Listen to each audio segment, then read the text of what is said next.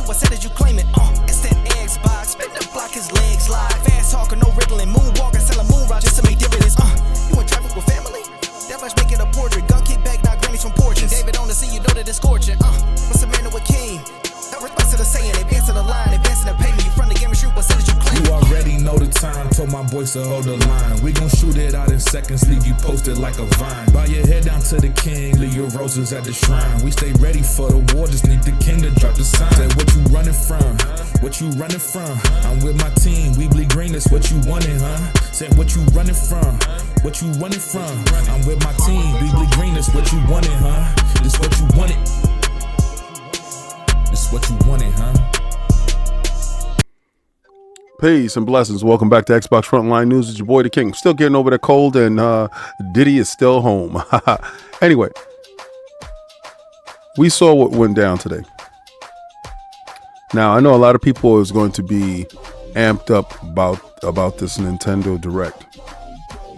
I had some people talking out of pocket with this Nintendo Switch 2. Let me tell you something very early on. Oh, thank you for showing up. This is Xbox Frontline News with your boy, the King. If you love anything about video games, if you love Xbox, where you found your new best friend, I drop videos daily, 8:30 p.m. Eastern Standard Time. And I stream every day on Frontline Gaming Streams. 2 separate channels, Frontline Gaming Streams. So if you found me here, find me there. You know, and you have these people that's walking around thinking that the Switch 2 can do something other than what it naturally does. And listen, I'm not delusioned. I have a Switch 2. Right? So am I delusioned in believing that the Switch is doing anything other than what it's able to do? No, not one time, not 1 second. These guys was telling me that Grand Theft Auto 6 would be at the Switch 2 Direct today, and the partner program, whatever the hell, showcase. Bro, the machine is not capable of it, right? And if you was able to do that, then do Grand Theft Auto 5. Just show and prove. You can't, and I'm just tired of the delusion. You brought a $500 old machine, right? Just like getting a new partner and they're at least 10 years older than you. It's old, all right? It's old tech. So just because it's better than the older tech that you had doesn't mean that it's up to snuff with the tech that we have. So stop, man. These guys are ridiculous, bro. Anyway, we got some topics to talk about. I've told you before, and if you watched the live stream yesterday, and let me know if you want me to do more live streams and stuff like that, because I would do more live streams going forward. Let me know if that's something that you're into. I told you who Microsoft was afraid of, but you guys told me no. I'm telling you, they're terrified of these dudes.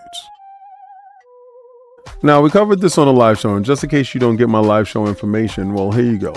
Xbox has strong reports going forward on the sustainability and the profitability of the services. But some key takeaways from this article is, Microsoft reports strong cloud earnings with Windows and Xbox up too.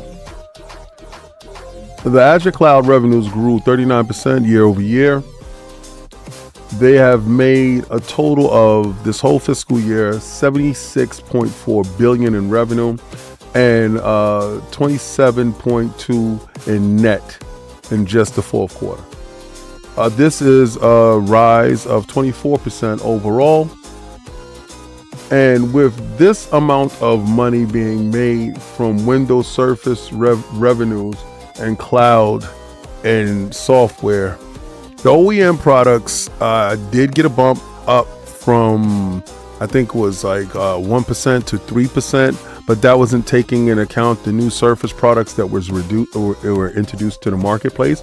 So next financials, you would see those Surface products and other OEM products that are using Windows and have the Microsoft Xbox seal of approval. going forward. That's a lot of devices with the Meta Quest and what is that? Asus ROG Ally X and Asus ROG Ally being part of that whole initiative going forward. Now, I know you guys really want to know the information more so on the Xbox gaming. Xbox Game Pass is up 13% this quarter. Microsoft is still isn't revealing any new subscriber numbers when it comes to Game Pass. I heard it's vastly closely approaching 50. I heard that hardware is at a 41 and not really moving pretty much past that so much. So 41 is kind of a good number, but Game Pass numbers itself, I guess it fluctuates due to it being a service. So I guess when they get to a milestone number, they will actually make that relevant to the consumer. But at this moment, it doesn't matter. Software is what Satya Nadella is championing, and software is where he's laying his stake in. And Xbox and PlayStation, Microsoft, Xbox is winning on both fronts, in both storefronts. So now Satya Nadella came out and said, we are now the top publisher on both Xbox and PlayStation this quarter. That was Satya Nadella revealing Game Pass annual revenue was nearly $5 billion for the first time. It's never going to stop now. So whatever you thought was going to happen, no, it's over. The fight is over. I told you. It wasn't even going to be close. The next generation console leak, referring to Microsoft and Xbox, seems to have been taking a life of its own. Now, I know a lot of people don't get amped up, and some people do get amped up where it comes out with spec leaks of consoles before they come out. So this is the stuff that gets their juices flowing. The next generation Xbox console leaks suggest that the graphics arm race isn't going anywhere. Xbox itself is going to kind of take this hands down. Microsoft is maybe going all in on the next generation Xbox as far as graphics goes. I remember Phil Dominus Maximus Aurelius Spencer, first of his name, said that they will never give up power. So, according to Moore's Law, Moore's Law is dead. It suggests that the next Xbox console could greatly outpace the PlayStation 5 Pro in terms of performance and visual fidelity. The new system, codenamed Magnus, will allegedly have AMD's RDNA 5 GPU and Zen 6 CPU. According to Moore's Law's graphical capabilities here would roughly be the equivalent of an NVIDIA RTX 5080 card. The system will reportedly be capable of targeting native 120 frames per second performance at 4K resolution. We might also have to expect improved ray tracing capabilities when it comes to this stuff. So what they're talking about, it's supposed to be around 26, 27 in the year which would it be coming out. So technologically, they're talking about it's not going to be such a huge graphical leap. I think we already peaked and hit our ceiling. I think everything after this is more or less crossing the T's, dotting the I's, solidifying the world, making the worlds more solid, if you understand what I'm talking about. A lot of the worlds are... We need more CPU power. We need more RAM when it comes to making the worlds more lived in. It's something that you notice when you're playing video games. A lot of games have a larger, greater fidelity than others. So that's what I think the next consoles will be. If anybody got a chance to watch the Nintendo Direct, I hope you had a good time watching that. I watched it. I saw a couple of titles that was there. Madden didn't interest me at all because if I'm going to get Madden Redemption, I'm not going to get on the Switch. This whatchamacallit, this Adventures of Elliot, that seemed kind of cool. Octopath Traveler 0. Outlaws, Star Wars Outlaws didn't entice me. Final Fantasy Tactic Chronicles didn't entice me. Hyrule Warriors, Age of Imprisonment. That was kind of cool. Apex Legends, nothing. Persona 3 Reloaded, nothing. And Plants vs. Zombies, I will get that on something else. Once Upon a Katamari, nothing for me. Monster Hunter Stories, nothing for me. But again, if you do have a Switch 2, these games should appeal to you. Didn't see anything here that I wouldn't have on a regular Switch. So again, I'm looking only for my Switch to bring me Nintendo only titles. All right, so I saw the Nintendo Direct, and the Nintendo Direct was it was okay. I didn't see anything at the Nintendo Direct that made me say, "Oh, I can't wait." Nothing there made me feel like it was an outstanding show or something that I needed to have, or nothing there. So again, I'm still, playing the games that I do have. Now, no news came out for PlayStation, but PlayStation did talk about the fighting game.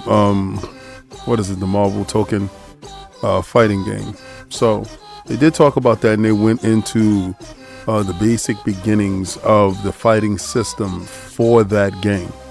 Now, I'm highly interested in that game because what Fight Night Fridays is an incredible thing that we do on Frontline Gaming streams, and I do plan on getting that fighting stick because you can pair it with your PC, and being that the new Xbox console is going to be a PC hybrid, I may be able to use it with my new Xbox console. So again, and I will have the game day and date in the ecosystem that I choose. So again, I'm looking forward to that, and I'm looking forward to that game. So that on those two news fronts, you got news from Nintendo, you got news from PlayStation, and the news from Xbox is again huge profit margins, incredible growth in the areas of monthly active users. The sustainability of Game Pass is through the roof. The sheer numbers that Microsoft and Xbox is generating from simply just saying there's another way for them to fight and beat PlayStation at their own game and destroy all the narratives. When you think outside of the box, well, then the box becomes a trap for whoever's inside the box, right? Because the world is yours outside of the closed mind thinking. And the only company left in that last closed mind thinking is Nintendo. And looking at that show showed me the deficiencies of the Switch 2. You see, Sony gets it now. And the thing with Sony is they don't really have enough software engineers like Nixus that can facilitate, and Nixus is my heart, that can facilitate making games at a greater scale faster. So whereas Microsoft already purchased with ABK a whole third-party publisher that was already built, ready to go, already have dev kits and ready worked around all the machines that are out in the marketplace, they already hit the floor running. And then all they had to do was get their internal teams together and get them up to the task. And right now you see Microsoft and Xbox going into TV ventures and, Fallout TV shows and all these other TV shows, Halo TV shows and, movies and all this other stuff. So they're making money going in different areas. So with Microsoft and Xbox leading the way in the cloud, software and services, hardware is showing up. With their traditional hardware actually on a decline, but OEM hardware is on a plus. That allows you to know where the mindset is going when it goes to OEM hardware. Okay, well then, if we partner with these people that have a pipeline and we endorse these people, we can make a ton of excess revenue based off of this. That changes. But we need to talk about the elephant in the room. And I don't know if you saw that Battlefield 6.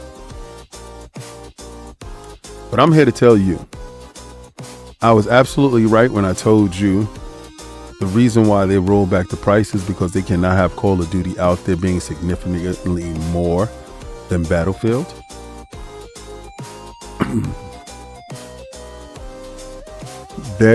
EA is directly taking aim at Microsoft and Xbox and Call of Duty with this Battlefield 6. Now, I know many times we said Battlefield was always going to be better and Call of Duty always edged it out in something. Is this the year that Call of Duty slips and Battlefield rises? Is this the year that Battlefield hits all those silent little metrics that they've been aiming for? Is this the year they lock down the free to play, the story?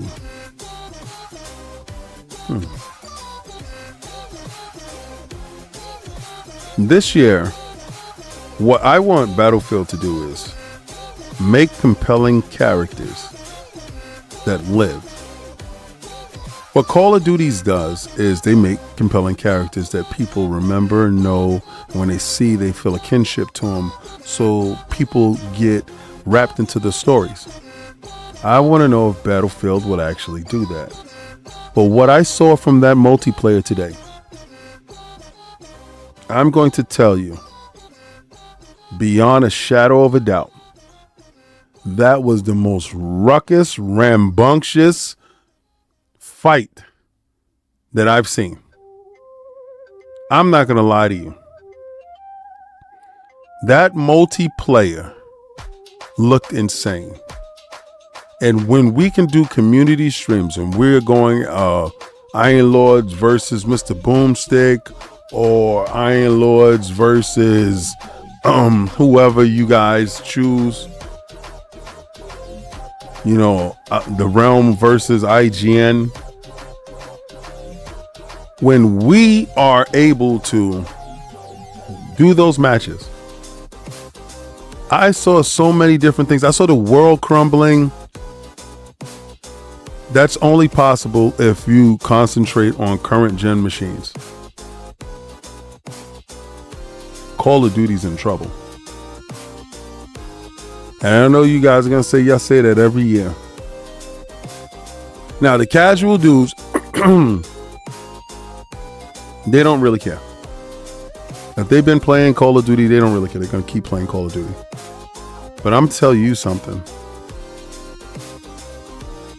I've seen it. I understand it. And I'm explaining to you, this is going to be the most dangerous year for Call of Duty, and I cannot wait to see what happens. But if you didn't see it, boy, and I know you're seeing it now because I'm doing the whole video. And I know you're going to say, yo, King, your energy is low. Well, I'm kind of sick, right? And don't really want to overexert myself, to be honest with you. I'm just contemplating, is the marketplace large enough for two military shooters vying for your eyeballs, your time? But this is Xbox Frontline News with your boy, the King. If you liked anything that you saw here, please sub, share it out, leave a comment. Let me know who you pick. Do you pick Battlefield? Do you pick Call of Duty? The open beta is about to show up, and we're about to get hands-on with this game. I know us at Iron Lords will be playing this as far as a community stream, and I know me at Frontline Gaming Streams will definitely be playing this game. I want to know if you would be playing this game. Well, I want you to go where players play and winners win. And I'm going to do it like I always do it every day. Try to play the Game Pass.